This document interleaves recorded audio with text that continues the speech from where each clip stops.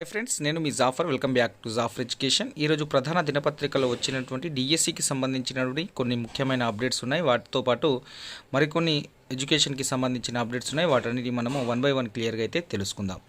అదేవిధంగా మీకు అన్ని రకాల పీడిఎఫ్ నోట్స్లు, టెట్ అండ్ డిఎస్సికి సంబంధించినటువంటి పీడిఎఫ్ నోట్స్ మెటీరియల్స్ మన యొక్క వాట్సాప్ గ్రూప్లో ఫ్రీగా అందించబడతాయి. అదేవిధంగా అన్ని రకాల అప్డేట్స్ అనేటివి మన యొక్క వాట్సాప్ గ్రూప్లో ఫ్రీగా అందిస్తాము. మీకు కావాలి అనుకుంటే వాట్సాప్ గ్రూప్ లింక్ నేను కామెంట్ సెక్షన్లో పిన్ చేసి పెడతాను, అక్కడ నుండి జాయిన్ అవ్వండి. వీడియో చూస్తున్నాం మిత్రులందరూ వీడియోని లైక్ చేసి మీ యొక్క సపోర్ట్ని తప్పకుండా అందించండి. అదేవిధంగా కొత్తగా చూస్తున్న మిత్రులందరూ వీడియోని మన యొక్క ఛానల్ని సబ్స్క్రైబ్ చేసుకుని పక్కన ఉన్న బెల్ ఐకాన్ని ప్రెస్ చేసినట్లయితే నేను చేసినటువంటి ప్రతి ఒక్క వీడియో మీకు నోటిఫికేషన్ రూపంలో రావడం అనేది జరుగుతుంది. అదేవిధంగా మీ యొక్క మిత్రుని కన్నా షేర్ చేసే ప్రయత్నం అయితే చేయండి. రైట్, ఇక మొదటి అప్డేట్ ఇక్కడ చూసుకున్నట్లయితే మిత్రమా, డిఎస్సి జాబితాపై అభ్యంతరాలు, పాఠశాల విద్యాశాఖ డైరెక్టర్కు అభ్యర్థుల క్యూ.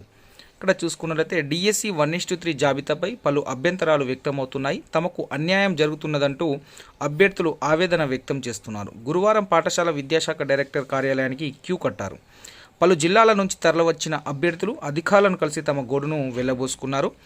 ఒక జిల్లాలో 2 పోస్టులు ఉంటే 1:3 జాబితాలో 2 నాన్ లోకల్ అభ్యర్థులకు చోటు కల్పించాలని, స్థానికులం తమేం కావాలని అభ్యర్థులు వాపోయారు. ఇక స్పోర్ట్స్ రిజర్వేషన్లో హైకోర్టు తీర్పు అమల్లో భాగంగా స్టేట్, జిల్లా స్థాయిలో పాల్గొన్న వారి సర్టిఫికేట్ వెరిఫికేషన్ను చేపట్టలేదని మరో అభ్యర్థి ఇక్కడ పేర్కొనడం అనేది జరిగింది. కొన్ని జిల్లాల్లో స్టేట్ అండ్ డిస్టిక్కి సంబంధించినటువంటి స్పోర్ట్స్ సర్టిఫికేట్ని అయితే కన్సిడర్ చేశారు. సో కొన్ని జిల్లాల్లో ఆబ్జెక్షన్ చేస్తున్నట్టుంది. సో ఆ విధంగా వెరిఫికేషన్ అయితే చేస్తున్నారు. సో మొత్తానికి అయితే వెరిఫికేషన్ చేసే అధికారులు ఎవరైతే ఉన్నారో సో వారికి స్పష్టమైన అవగాహన లేకపోవడం ద్వారా అభ్యర్థులు మాత్రం ఇబ్బందులు అయితే ఎదుర్కొంటున్నారు. ఇక్కడ ఒక విషయాన్ని గమనించినట్లయితే ఇక స్పోర్ట్స్ రిజర్వేషన్కి సంబంధించి అభ్యర్థి ఆ విధంగా చెప్తే, డిఎస్సి సర్టిఫికేట్ వెరిఫికేషన్ నేపథ్యంలో డిప్లొమా ఇన్ ఎలిమెంటరీ ఎడ్యుకేషన్లో 2వ సంవత్సరం ఫలితాలను విడుదల చేశారు, కానీ మెమో అనేది రాలేదు. సో దాని ద్వారా ఖచ్చితంగా ఒరిజినల్ మెమోస్ అనేది తప్పకుండా ఉండాలని నోటిఫికేషన్లను మెన్షన్ చేశారు.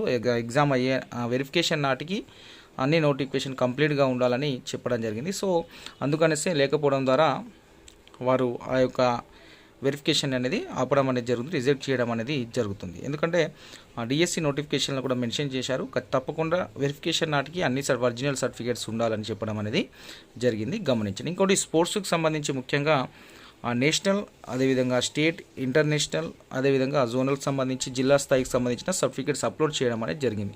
సో చాలామంది స్పోర్ట్స్ అభ్యర్థులు ఎవరైతే ఉన్నారో వారు చెప్తున్నటువంటి విషయం ఏంటంటే, మేము నేషనల్, ఇంటర్నేషనల్ ఉన్న వారికి ఫస్ట్ ప్రయారిటీ ఇచ్చి తర్వాత స్టేట్ వాళ్ళకి, జిల్లా వారికి ప్రియారిటీ ఇవ్వాలనేది వారి యొక్క ఆవేదన. సో చాలామంది నేషనల్ అండ్ ఇంటర్నేషనల్ సర్టిఫికేట్స్ ఉన్న వాళ్ళు కూడా 1:3లో సెలెక్ట్ కాలేదు. అయితే వీళ్ళు కొందరు నిన్న డిఎస్సి ఆఫీస్కి వెళ్ళి కలవడం అనేది జరిగింది. వారు చెప్తున్న విషయం ఏంటంటే, ఈ స్పోర్ట్స్ సర్టిఫికేట్స్ అన్నీ స్పోర్ట్స్ అథారిటీకి పంపడం జరిగింది. సో అవి వచ్చిన తర్వాత మళ్ళీ 1:3 జాబితా ఇస్తాం. ఇప్పుడు 1:3లో లేని అభ్యర్థులు ఎవరు కూడా ఆందోళన చెందకండి స్పోర్ట్స్కి సంబంధించి. సో స్పోర్ట్స్కి సంబంధించినటువంటి 1:1 సెలెక్షన్ అనేది ఇప్పుడు జరగదు అని వారైతే చెప్తున్నటువంటి విషయం. ఇది వాట్సాప్ గ్రూప్లలో వచ్చినటువంటి మెసేజ్. సో కొంతమంది అభ్యర్థులు వెళ్ళి కలిసి ఆ యొక్క మెసేజ్ని టైప్ చేసి పంపడం అయితే జరిగింది. రైట్, మొత్తానికి స్పోర్ట్స్కి సంబంధించి 1:1 సెలెక్షన్ అయితే కొద్దిగా లేట్ అయితే అవుతుంది. సో ఇది మనకు స్పష్టంగా కనిపిస్తుంది, తర్వాత ఇచ్చుకుంటారు, నో ప్రాబ్లం. అదేవిధంగా స్పెషల్ ఎడ్యుకేషన్కి సంబంధించినటువంటి ఇప్పటివరకు ఎలాంటి లిస్టులు రాలేదు. పీటీకి సంబంధించి కొన్ని జిల్లాల్లో రాలేదు ఇంకా. సో స్పెషల్ ఎడ్యుకేషన్కి సంబంధించి ముఖ్యంగా ఇప్పటివరకు ఎలాంటి లిస్ట్ అనేది వెలువడలేదు 1:3కి సంబంధించి. సో దీనికి రీజన్ ఏమై ఉంటుందంటే, సో కొన్ని కారణాలు అయితే చెప్పడం జరుగుతుంది వారు.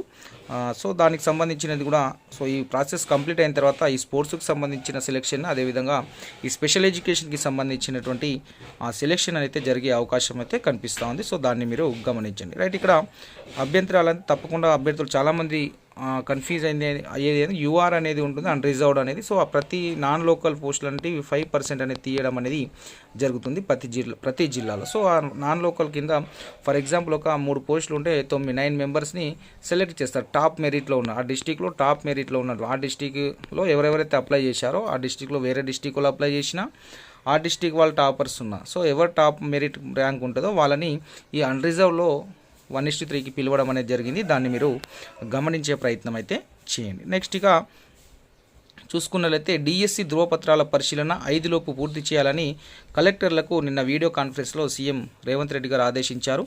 సో రాష్ట్రంలో అన్ని జిల్లాల్లో డిఎస్సి అభ్యర్థుల ధృవపత్రాల పరిశీలనను ఈ నెల 5వ తేదీలోపు పూర్తి చేయాలని కలెక్టర్లకు ముఖ్యమంత్రి రేవంత్ రెడ్డి గారు ఆదేశించారు.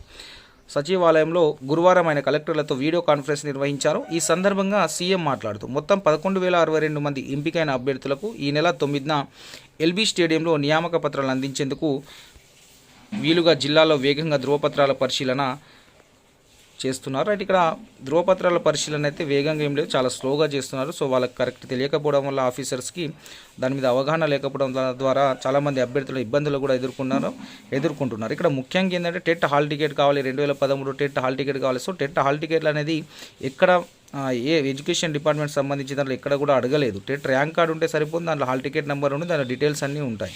So TET hall ticket number, TET marks అనేది సరిపోయిందా లేదా అని చూడాలి. కానీ టెట్ హాల్ టికెట్ అనేది అనవసరమైన విషయము. సో ఆ యొక్క వెరిఫికేషన్ ఆఫీసర్స్కి టెట్ హాల్ టికెట్ ఎందుకు చూడాలి, దాంట్లో ఏముంటుంది అనేది కూడా విషయం తెలియక టెట్ హాల్ టికెట్ అడుగుతున్నారు. సో దాంట్లో ముఖ్యంగా టెట్ హాల్ టికెట్ అనేది ఈ యొక్క వెరిఫికేషన్కి అనవసరం. టెట్ ర్యాంక్ కార్డు ఉంటే అయిపోతుంది. గతంలో అదే విధంగా ఉండేను. 2017 టీఎస్పీఎస్సీ నిర్వహించిన వెరిఫికేషన్ అదే విధంగా ఉండేను.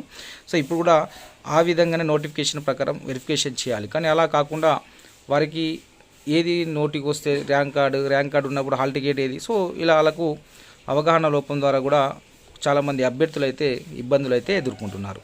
ఇక ఇక్కడ చూసుకున్నట్లయితే ఇప్పటివరకు వారు చేసింది ఎంత, 9,090 మందికి మాత్రమే సర్టిఫికేట్ల పరిశీలన చేయడం అనేది జరిగింది. అంటే దీన్ని బట్టి వీరు ఎంత వేగంగా చేస్తున్నారో మనకు అర్థమవుతుంది. రైట్, ఇక ముఖ్యమంత్రి అయితే వివరించారు. సో దాదాపుగా నిన్న అందరికీ ఆదేశించిన సీరియస్ అయినట్టు ఉంది. సో అందుకే ఈ రోజు నుండి అయితే ఆ వెరిఫికేషన్ అనేది ఫాస్ట్గా అయితే జరుగుతుంది. దాదాపుగా రేపటిలోగా పూర్తి చేయాలి కాబట్టి ఈ రోజు వెరిఫికేషన్ అనేది చాలా ఫాస్ట్గా అవుతుంది. ఎవరున్న అభ్యర్థులున్నా ఈ రోజు రేపు అయితే అటెండ్ కావచ్చు. రేపు సాయంత్రం 5 గంటల లోపు వరకు మాత్రమే టైం ఉంటుంది. సో అక్కడ టోకెన్స్ ఇస్తారు. ఆ టోకెన్స్ తీసుకొని ఆ టైంలోపు టోకెన్స్ తీసుకొని ఉంటే నైట్ ఎంత టైం అయినా వారు వెరిఫికేషన్ అనేది చేస్తారు, గమనించండి. నెక్స్ట్ ఇక్కడ టీఎస్పీఎస్సీకి సంబంధించిన ముఖ్యమైన ఒక అప్డేట్స్ ఉంది. చూసినట్లయితే నిపుణుల కమిటీ నిర్ణయం తర్వాతే ఫలితాలు విడుదల చేశామని గ్రూప్ 1 పై హైకోర్టులో టీజీపీఎస్సీ వాదించింది. రైట్, మేము ఫైనల్ కీ అనేది నిపుణుల కమిటీ ఫైనలైజ్ చేసిన తర్వాతనే రిలీజ్ చేయడం జరిగింది అని హైకోర్టులో టీజీపీఎస్సీ అయితే సమర్థించుకోవడం అనేది జరిగింది. రైట్, ఇక నెక్స్ట్ చూసుకున్నట్లయితే నిన్న వచ్చినటువంటి అభ్యర్థులు వెరిఫికేషన్కి సో క్యూ కట్టారు చాలామంది అభ్యర్థులు. దీని ద్వారా గురుకులలో మాత్రం టీచర్లు అయితే ఖాళీ అవుతున్నారు. డిఎస్సి వెరిఫికేషన్ తోటి డిఎస్సి సెలెక్షన్ అయిన తర్వాత గురుకులాల్లో చాలా గురుకులాలలో వేకెన్సీస్ అనేది మళ్ళీ ఏర్పడబోతున్నాయి.